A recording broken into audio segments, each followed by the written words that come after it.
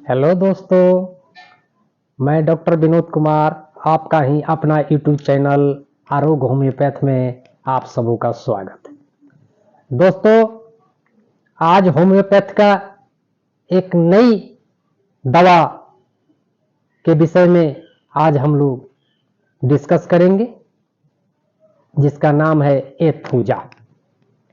दोस्तों, एथूजा मेडिसिन बहुत ही कारगर मेडिसिन है और ये लगभग हर एक होम्योपैथिक प्रैक्टिशनर इस मेडिसिन का उपयोग करते हैं और काम में लाते हैं। चलिए दोस्तों, एथूजा का साइन और सिम्टम हम लोग जानते हैं और ये दवा किस किस बीमारी में काम आता है। दोस्तों, एथूजा अक्सर देखा जाए तो लगभग बच्चों की बीमारी में बहुत ज्यादा हम लोग उपयोग में लाते हैं। बच्चों का लक्षण क्या है?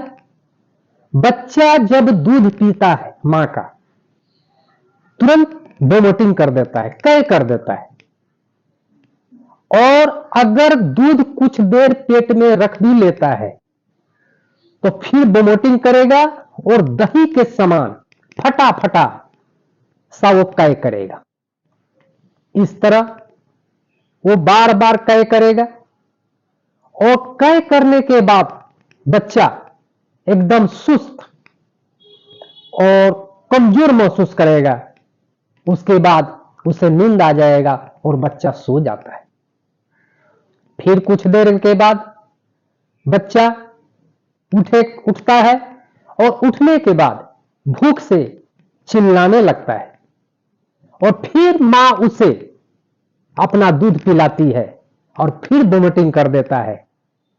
अगर कुछ देर पेट में रख भी लेता है तो फिर कै जो करता है, वोमिटिंग जो करता है, वो दही के समान फटा फटा हुआ वो कै करता है और इस तरह वह बार बार लगातार कै करता है और फिर कमजोर और निढाल होकर सो जाता है। ये बच्चों का एक बहुत ही ये इस मेडिसिन का एक लक्षण है। ये लक्षण कैलक्रिया कार्ब में भी है, लेकिन कैलक्रिया कार्ब का क्या है कि बच्चा जब दूध पिएगा तो बच्चा दूध पीना, फिर वोमिटिंग के बाद बच्चा दूध पीना चाहेगा ही नहीं। एथूजा में क्या है कि बच्चा दूध पीता है और फिर दोबारा पीने लगता है, लेकिन कैलक्रिया कार्ब में उसको इच्छा नहीं होता है वोमिटिंग के बाद, और बच्चा का सर में पसीना आएगा। जब पसीना आएगा तो उसका खट्टा बू रहेगा, बदबू आएगा, खटापन। यह कैलक्रिया कार्ब का लक्षण है। बच्चों में यह लक्षण क्यों आता है? या तो पेट की गड़बड़ी के कारण, या जब बच्चा का दांत निकल रहा होता है तब ये देखने को मिलता है। और हम लोग जब इस लक्षण में एथूजा मेडिसिन अगर दिया जाए तो बहुत ही अच्छा काम करता है। एथूजा गर्मी के मौसम में भी जब बच्चा का कै करेगा और पतला पैखाना करता है, हल्का हल्का पीलापन रहता है, अगर वो बार बार करता है और इस पर अगर हम लोग ध्यान ना दें तो ये एक डायरिया के रूप में परिवर्तित हो जाता है।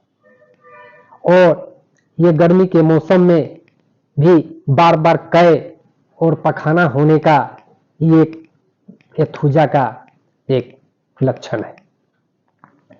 दोस्तों, एक विद्यार्थी के लिए भी एथूजा एक रामबाण दवा है।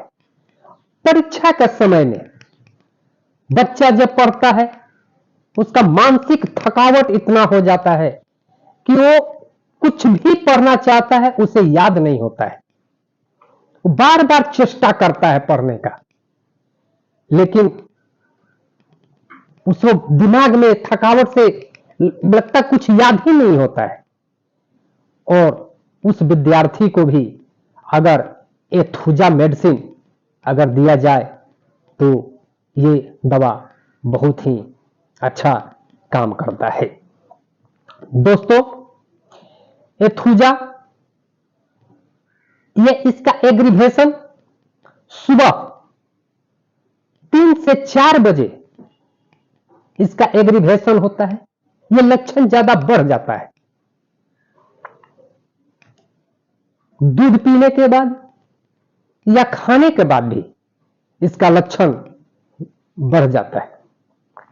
एथुजा इसका माने अच्छा महसूस करेगा जब खुली हवा में, जब इसका पेशेंट जब बाहर निकलेगा, घूमेगा, तो बहुत ही अच्छा अनुभव करता है। और ये हॉट गर्म प्रवृत्ति का मेडिसिन है। और दोस्तों, उक्त लक्षण में बच्चों के ऐंठन, कन्वेंशन,